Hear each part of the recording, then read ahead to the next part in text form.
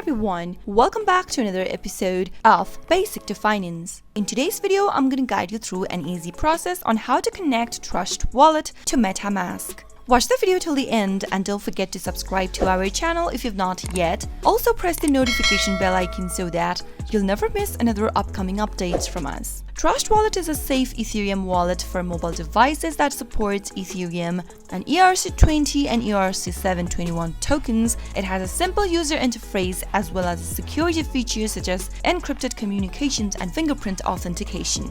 Metamask, on the other hand, is a browser extension for interacting with the Ethereum blockchain. In order to connect Trust Wallet to Metamask, you'll need Metamask application installed on your mobile device as well as the Trust Wallet application as well. Make sure to log into your Trust Wallet account, and once you are, go to the settings button at the lower right hand corner. From the settings menu, tap the wallets option at the very top.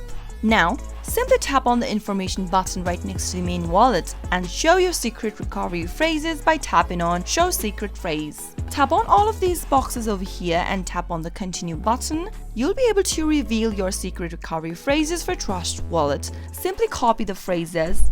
And now, open up Metamask application. Once you open up Metamask, it will show you this kind of an interface. Simply tap on Import using Secret Recovery Phrase option from the display and paste in the recovery phrases that you copied from Trust Wallet into the first text field. Soon after you do that, create a new password for your Metamask wallet. Type in the password that is easier for you to remember. Now, right where it says confirm password, retype in the password again. Finally, tap on the import button at the bottom of the screen, and there you have connected Trust Wallet with Metamask successfully. Tap on done, and this will be your main homepage for Metamask. I hope the tutorial was helpful to you. If it was, go ahead and give us a thumbs up. I'll be back soon with more tutorial videos like this. Thanks for watching.